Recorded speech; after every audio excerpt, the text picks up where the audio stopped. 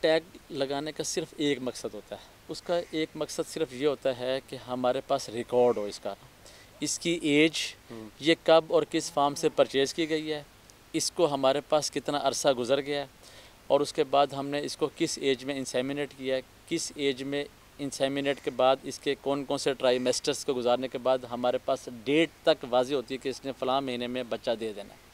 تو یہ پورا ریکارڈ کے لیے ہم نے اس کو ٹیگ لگانا ضروری ہے۔ تو اس کا کیا بینیفٹ ہوتا ہے ٹیگ لگانے کا اور چیزوں کرنے کا؟ کیا آنے والے وقت کے لیے آپ کو اس سے گائیڈ لائن ملتی ہے اور رہنمائی ہوتی ہے؟ ٹیگ لگانے کے بیسیکلی دو فائدے مین ہیں۔ ایک فائدہ مین یہ ہے کہ ہمارے پاس ہر گائے کا اپنا ریکارڈ، ہر گائے کا ریکارڈ اپنا ہوتا ہے، کوئی گائے کسی سے میچ نہیں کر سکتی۔ ہم صرف اندازے کے اوپر کہ یار یہ گائے فلاں ٹائم پہ آئی تھی، یہ فلاں، ہم ایسا نہیں ہے۔ دوسرا اس کا فائدہ یہ ہے کہ جب بھی ہم اس کو کہیں پہ سیل آؤٹ کرتے ہیں یا اپنے کسی بچے کو سیل آؤٹ کرتے ہیں، اس پہ ٹیگنگ ہوگی تو پورا اس کا پیرنٹ، اس کا پورا پچھلی ہسٹری آپ کے پاس سامنے آ جائے گی، آپ کو ڈھونڈنے کی ضرورت نہیں پڑے گی۔ وہ ٹوٹل ہسٹری جو ہے وہ Already کنفرٹیبل بھی ہے اور آپ آگے جس کو دیتے ہوں گے وہ بھی لی جاتا ہوگا۔ اچھا ڈاکٹر صاحب، آپ نے بتایا کہ بہت کم لوگ یہ کر رہے ہیں، کیا دنیا کے کون سے ترقی یافتہ ممالک ہیں جہاں پہ یہ کام ہو رہا ہے، اور پاکستان میں بھی یہ کس حد تک ہونا چاہیے؟ سر جی، جو بریڈنگ کا کام ہے یہ تو ہر وقت ہر ملک والے کر رہے ہیں۔ ہمارے پاکستان میں انسٹیٹیوٹ ہے، جس طرح آپ نے سنا کہ کاٹن ریسرچ انسٹیٹیوٹ ہے، اس طرح ہمارے پاس ملتان میں BZU بہاؤالدین ذکر یونیورسٹی ہے، یا مینگو ریسرچ فارم بھی ہے مینگو ہمارے ریسرچ پاس، فارم بھی وہ مینگو کے حوالے سے بالکل کر ایسا رہا ہے، ہی کاٹن کے حوالے سے ہو رہے ہیں، باقی چیزیں بھی وہ ہو لوگ رہی ہیں۔ کیا کر رہے ہیں، وہ بھی یہی کر رہے ہیں۔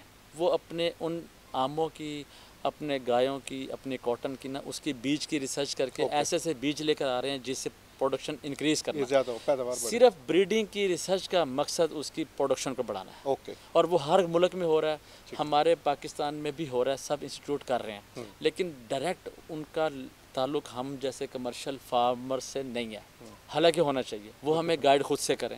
یہ ہر بندہ اپنی اپنی ایفرٹ خود سے کر رہا ہے، لیکن ہر شہر میں، ہر ملک میں اویلیبل ہیں، ہمارے ڈیپو اویلیبل ہے، ہمارے پاس سیمن اویلیبل ہے۔ یہاں پر اتنی ترقی ہمارے پاکستان نے الحمدللہ کر لی ہے کہ ہمارے پاس ہر ملک کا اور ہر طرح کا جانور سیمن اویلیبل ہے، یہاں پہ اویلیبل ہے۔ اچھا، دوسرا ڈاکٹر صاحب یہ کرنا تھا کہ آپ نے ماشاءاللہ پوٹری کا بھی کام کیا، اس کے حوالے سے بھی آپ کر رہے ہیں، پھر جانوروں کو، پرندوں کو پالنے کے حوالے سے بھی آپ ورکنگ کر رہے ہیں، پھر آپ کا یہ بریڈ فارم بھی ہے، تو آپ مختلف کام کوئی نہ کوئی کرتے رہتے ہیں۔ ہم بھی آپ کو آپ کے یوٹیوب چینل پہ بھی دیکھتے ہیں، اور آپ سے جو آپ کی مختلف پروگرام ہوتے ہیں ان میں بھی ہم دیکھتے ہیں، تو اس کے حوالے سے آپ تھوڑا سا بتائیں گے کہ آنے والے دنوں میں یہ فارمنگ ہے، برڈ فارمنگ ہے اور باقی چیزیں ہیں کہ پاکستان میں اس کی گرو آ رہی ہے، آیا لوگ اس طرف آنا چاہ رہے ہیں، اور جس طرح کہ آج کل ایکسپورٹ کے بارے میں بھی کہا جا رہا ہے تو اس سے ہماری ایکسپورٹ بھی بڑھے گی؟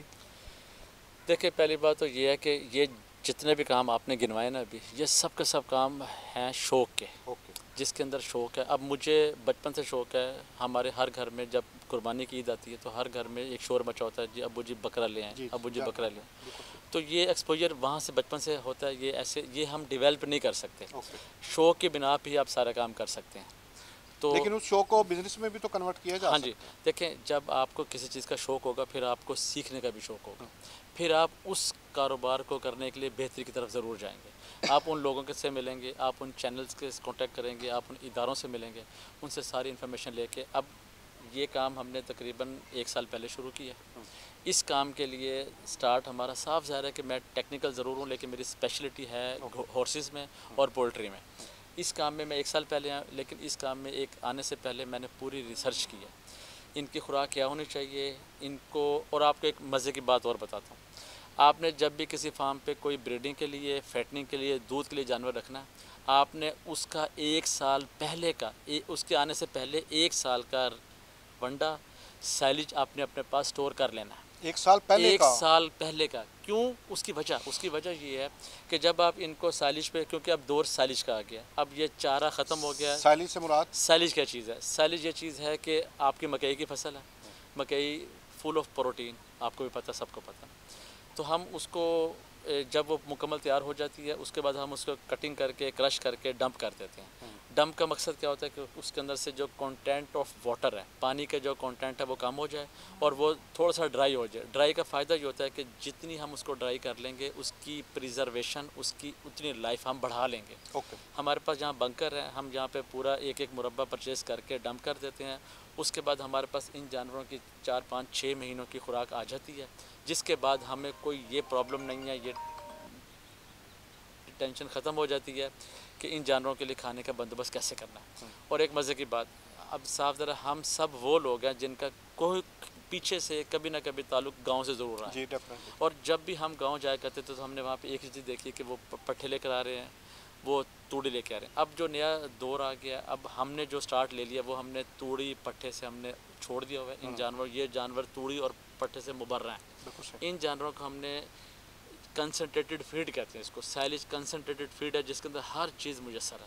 ہم اس پہ شفٹ کر دیا ہوا ہے اور اس پہ جانور پال رہے ہیں. اچھا ڈاکٹر صاحب، آپ کو 1 سال ہو گیا یہ کام کرتے ہوئے، آپ کیا سمجھتے ہیں کہ 1 سال کے اندر جو آپ کی توقعات تھیں یا جو آپ چاہ رہے تھے کہ میرے اس لیول پہ جانا چاہیے، یا ارننگ کے حوالے سے آدمی اگر سوچتا ہے، کیا آپ اس کو میٹ کر رہے ہیں اور اس کے قریب قریب جا رہے ہیں آپ؟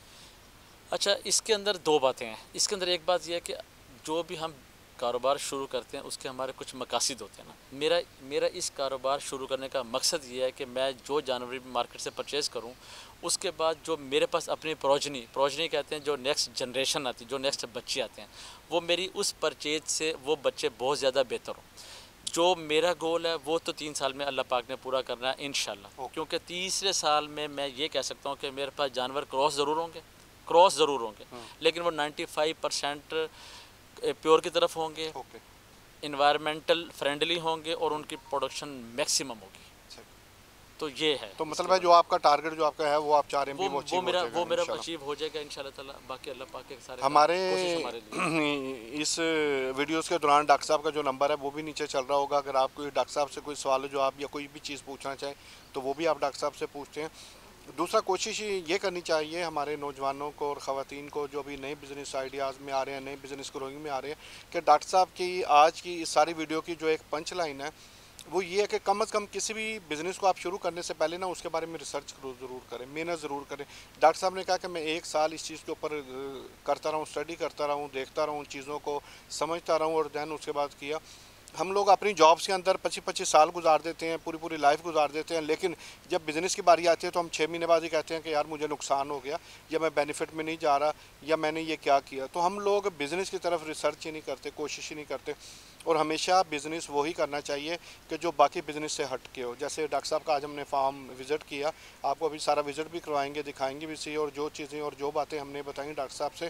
ڈاکٹر صاحب یہ انٹرپرینیورشپ کے حوالے سے، وومن کے حوالے سے جو گھروں میں پالی جاتی ہیں، گوڈس کے حوالے سے، اس طریقے کی چیزیں اور ویڈیوز کے لیے آپ ہمارا چینل ضرور سبسکرائب کریں اور ہمارے ساتھ جڑے بھی رہیے گا، تاکہ آنے والے دنوں میں جو بھی بزنس آئیڈیاز کی ویڈیو آئیں وہ بھی آپ ضرور دیکھیں گے. ملیں گے انشاءاللہ اگلی ویڈیو کے ساتھ. Thank you.